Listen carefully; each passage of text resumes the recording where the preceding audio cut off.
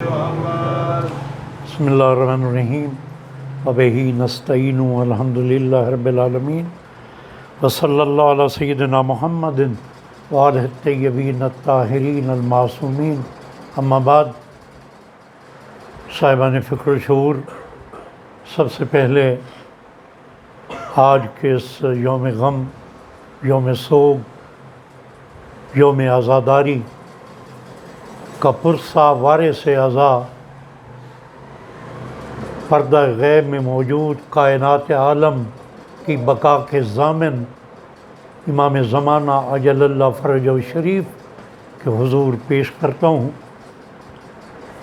اس کے بعد رہبر معظم سید علی خامنائی، تمام مراجع عظام، علماء کرام، تمام کائنات کے مومنین کی خدمت میں آج کے اس عظیم یوم غم، کہ اس سے بڑا اور کوئی یوم غم نہیں، کہ جس دن وہ ہستی اس دنیا سے جا رہی ہے کہ جس کے لیے خالق کائنات خود ارشاد فرما رہا ہے کہ محبوب اگر تجھے خلق نہ کرتا تو یہ پوری کائنات میں خلق نہ کرتا. تو وجہ تقویم کائنات اے نبی خاتم کی ذات، ان کی رحلت کا دن، اور فرزند نبی خاتم سبط اکبر امام حسن مجتبیٰ علیہ السلام کی مظلومانہ شہادت، یقیناً اس سے بڑا کوئی یوم غم نہیں ہے. ایک بار پھر آپ کی خدمت میں اس غم کے یوم کی تعزیت و تسلیت عرض کرتا ہوں. ایک دفعہ آواز بلند صلوات پڑھیں.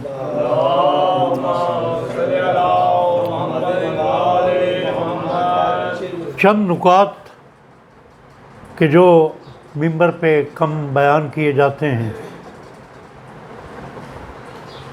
اور سیرت ائمہ معصومین علیہ السلام کے وہ گوشے کہ جو گوشے نہضت کے راستوں کو واضح کرتے ہیں، ہمیں زندگی گزارنا کیسے ہے اس کو وہ واضح کرتے ہیں. اس حوالے سے چند نکات آپ کی خدمت میں عرض کروں گا. اور کیونکہ ابھی 9 بجے جامعۃ المنتظر میں امام حسن مجتبیٰ کے حوالے سے ایک سیمینار ہے، اور بالکل 1 گھنٹے کا وہ پروگرام ہے. مجھے 9 بجے حاضر ہونے کے لیے کہا گیا تھا، تو میں کوشش کروں گا کہ اس کو مختصر وقت میں 9 بجے زیادہ 5 منٹ اوپر ہوں گے، اپنی گفتگو کو سم اپ کروں گا. ایک دفعہ آواز بلند صلوات پڑھ لیں.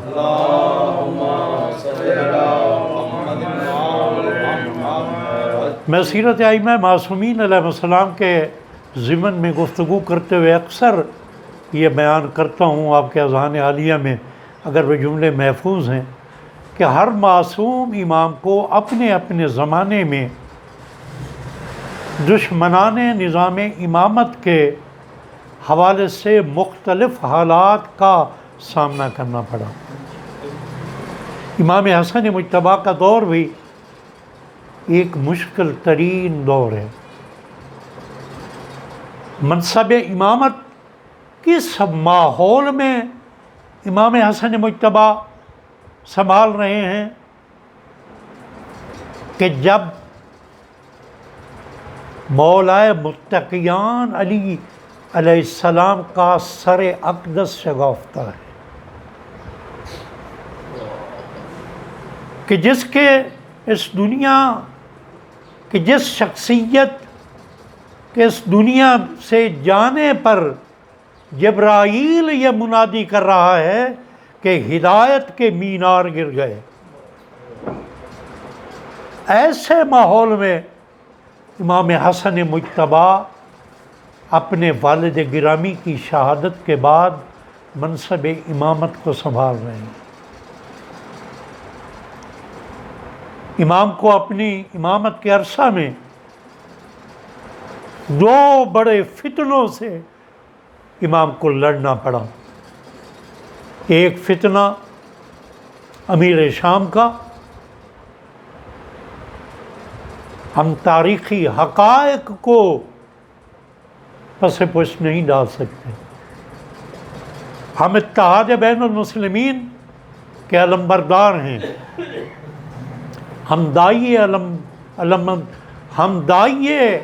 وحدت اسلامی ہیں، لیکن تاریخ پہ پردہ ہم نہیں ڈال سکتے. ہم کسی کے مقدسات میں توہین کو شامل نہیں کرتے، لیکن عظمت اہل بیت اور مقام اہل بیت کو کسی بھی صورت میں ہم چھپا نہیں سکتے. دو بڑی آفتیں امام حسن مجتبیٰ کے سامنے، تخت شام کی طرف سے اور دوسری بڑی آفت خوارج کی طرف سے. اتنے مظلوم ہیں امام حسن مجتبیٰ، اتنے مظلوم ہیں کہ دشمن تو دشمن اپنے بھی امام کو پہچان نہیں رہے. کیا یہ صدا اے مومن کو ذلیل کرنے والے الیاذ باللہ، یہ دشمن کی طرف سے صدا نہیں ہے. جو امام کو ماننے کا دعویٰ کرتے ہیں وہ یہ بات کر رہے ہیں کہ جب صلح کی گئی،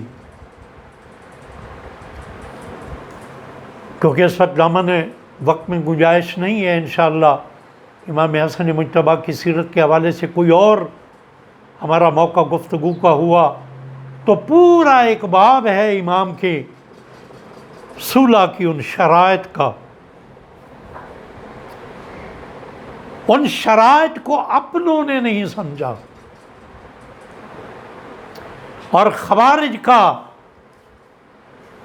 وجود جو پہلے سے موجود تھا، ان کے اعتراضات وارد ہو گئے اور امام کو یہ سخت ترین لفظ سننے پڑے کہ اے مومنوں کو ذلیل کرنے والے.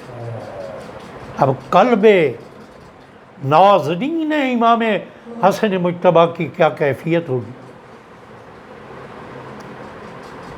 میں امام حسن مجتبیٰ کے صلح کے چند نکات کا صرف یہاں پہ ذکر کروں گا جو میری نظر سے گزرے ہیں.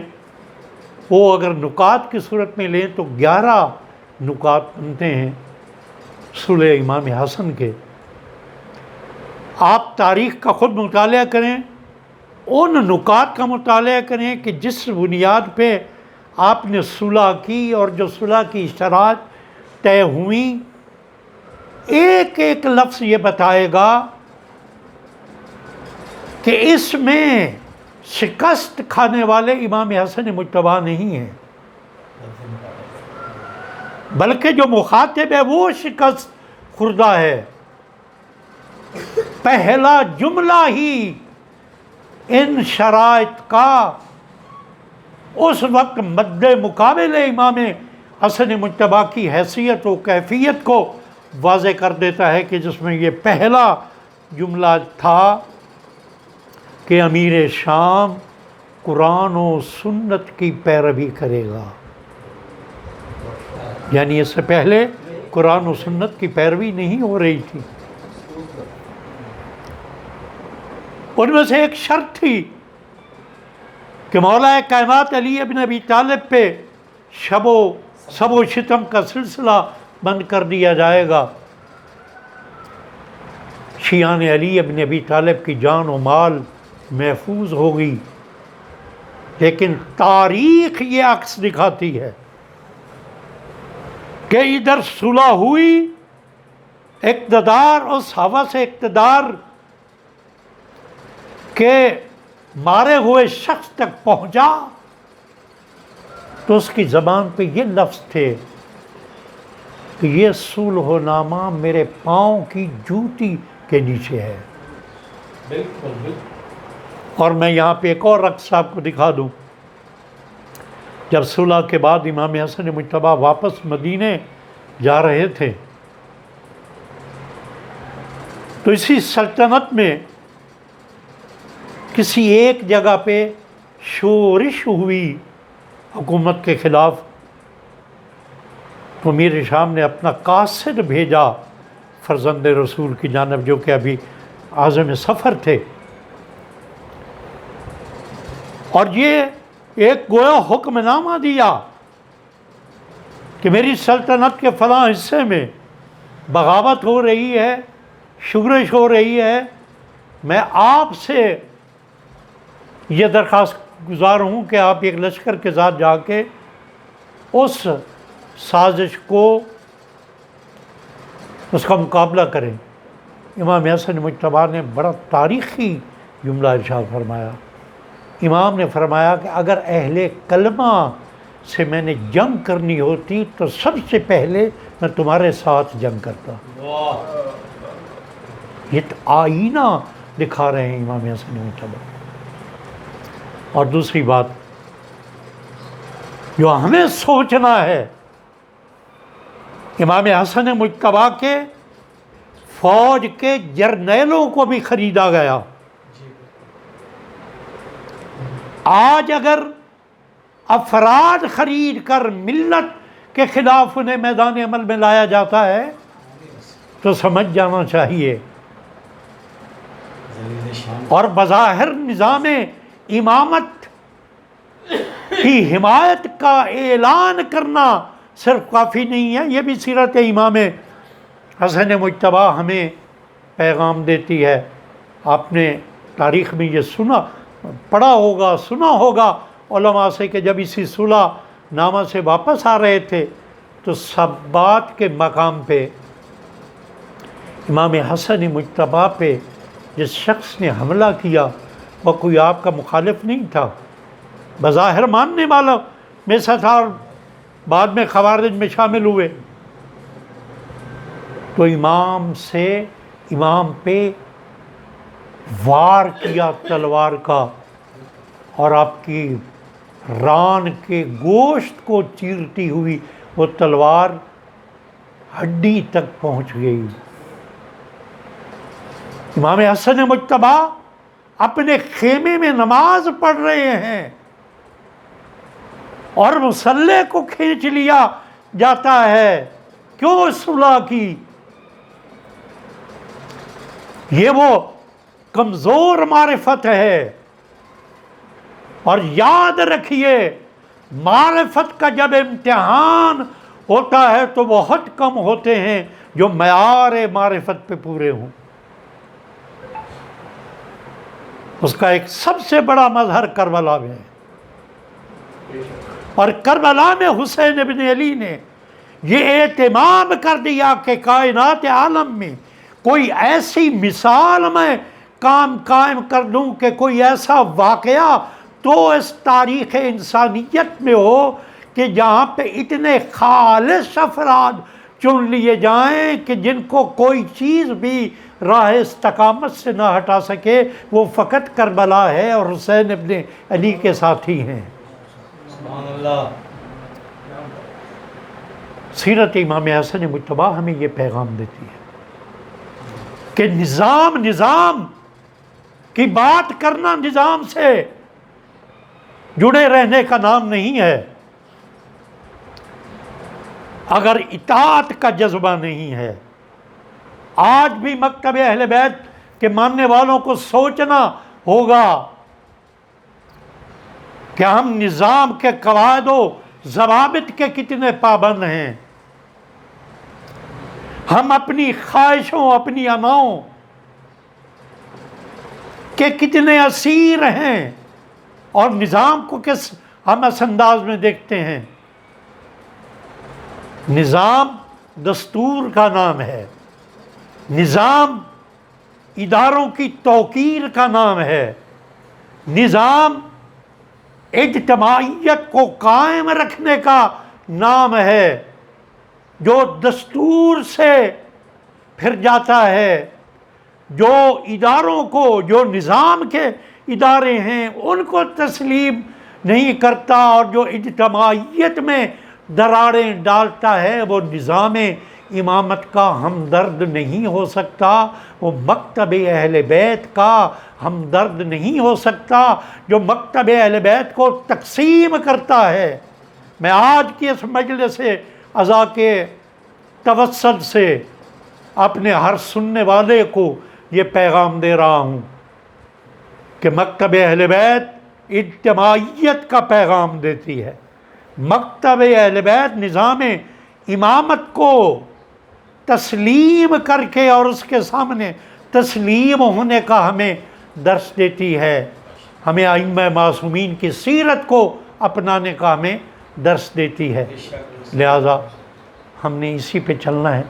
امام حسن مجتبیٰ نے اسی نظام کے لیے، اسی دین کے دفاع کے لیے حکومت کو چھوڑ دیا، خلافت کو ترک کر دیا، لیکن جس منصب امامت پہ آپ فائز تھے اس منصب امامت پہ بیٹھ کر دین کی حفاظت کی، ابلاغ دین کے کام کو، وارثان دین میں سے ایک وارث دین ہونے کے ناطے امام نے اپنے کردار کو ادا کیا، اور اسی کردار کو ادا کرتے ہوئے مظلومیت کے ساتھ اس دنیا سے گئے۔ اپنے گھر میں رہنے والی دشمن کی اعلی کار بنی۔ تاریخ انسانیت کا درد بھرا جملہ امام حسن مجتبیٰ نے کہا جب پتہ چلا مجھے زہر مل گئی ہے۔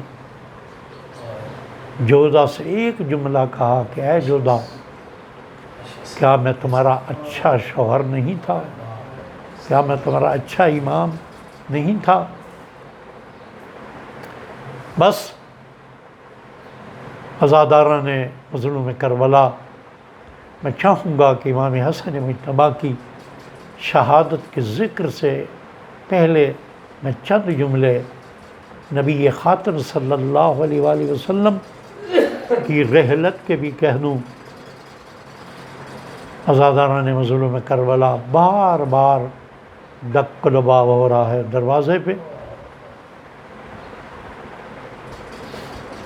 سخت آواز کبھی نہ سننے والی زہرا کو وہ دستک ناگوار گزری۔ کہا بابا جان، آپ کے ہوتے ہوئے میرے دروازے پہ اتنے سخت انداز میں دستک۔ کہا زہرا، یہ تمہاری عظمت و حرمت ہے کہ کائنات عالم کے ہر ذی روح کی روح کو قبض کرنے والا فرشتہ بھی بغیر اجازت کے تمہارے دروازے کے اندر نہیں آ رہا۔ اے میری بیٹی، میرا جانے کا وقت ہو رہا ہے، یہ اور کوئی شخص نہیں ہے، یہ عزرائیل ہے۔ میں بس ایک جملہ کہوں گا کہ جب زہرائے مرضیہ کو یہ پتہ چلا ہوگا کہ میرے بابا اس دنیا سے جانے والے ہیں تو کیا کیفیت ہوگی زہرا کے غم کی۔ اور پھر دنیا نے دیکھا کہ زہرا کا شمار کائنات عالم کے 5 رونے والوں میں شامل ہو گیا۔ اتنا روئیں کہ بیت الحزن بنا لیا۔ اور بس ایک جملہ کہوں گا، رو رہی ہے زہرا مرضیہ اپنے بابا کے جانے کے غم میں کہ ایک دفعہ عالمین کے رسول نے اپنے قریب بلایا۔ رو رہی ہیں جناب زہرا۔ ایک دفعہ بابا نے جب بات کی تو زہرا کے بین بڑھے، پھر تھوڑا سا توقف ہوا، پھر بات کی تو جناب زہرا کے لبوں پہ مسکان آ گئی۔ بعد میں پوچھا گیا کہ ہے بنت رسول، پہلی دفعہ جب عالمین کے رسول نے بات کی تو آپ رو پڑیں، جب دوسری بار بات کی تو آپ ہنس پڑیں۔ کہا جب پہلی بار بابا نے بات کی تو کہا زہرا میں اب جانے والا ہوں، میرے پاس رونے کے علاوہ اور کوئی بس نہیں تھا۔ دوسری بار میرے بابا نے کہا زہرا تو پہلی شخصیت ہے جو سب سے پہلے میرے پاس آئے گی. پھر میں رونے لگی اور اے عزاداران مظلوم کربلا، اب خاندان اہل بیت میں یہ تیسرا جنازہ ہے امام حسن مجتبیٰ کا. میں جنازہ کیسے گیا، کیسے واپس آیا، میں یہ نہیں پڑھ سکتا. بس میں ایک جملہ ہی مصائب کا پڑھوں گا. امام حسن مجتبیٰ کی میت پہ ہیں حسین مظلوم کربلا اور رو رہے ہیں زارو قطار اپنے بھائی کی مظلومیت پہ. کیسی مظلومیت کہ جب جگر کے ٹکڑے کٹ کٹ کے منہ سے باہر آ رہے ہیں، روتے ہوئے بھائی کی مظلومیت پہ بین کیے. جب روتا ہوا دیکھا بھائی کو، امام حسن مجتبیٰ نے کہا بھیا کیوں روتے ہو اس طرح بین کر کے؟ کہا حسن کیوں نہ روں، آپ کے جگر کے ٹکڑے ہو گئے، باہر آ رہے ہیں. امام حسن مجتبیٰ نے کہا میرے بھیا حسین، میرا غم تو کوئی غم نہیں ہے. تو جس طرح مظلومیت سے اس دنیا سے جائے گا، میری مظلومیت اس کے برابر نہیں ہے. بس اسی جملے پہ اختتام کروں گا. ہائے قسمت ان دو بھائیوں کی، ایک بھائی کے جنازے پہ تیر تھے اور دوسرے بھائی کا جنازہ تیروں پہ تھا. یہ آل محمد کو اجر دیا، اجر رسالت کا امت نے یہ اجر پایا. آل محمد کو ہم تعزیت پیش کرتے ہیں. اے بی بی پاک، اے سیدہ مظلومہ، ہم آپ کو آپ کے بابے کا پرسہ دیتے ہیں. اے سیدہ مظلومہ، ہم آپ کو اپنے بیٹے حسن مجتبیٰ کی شہادت کا پرسہ دیتے ہیں.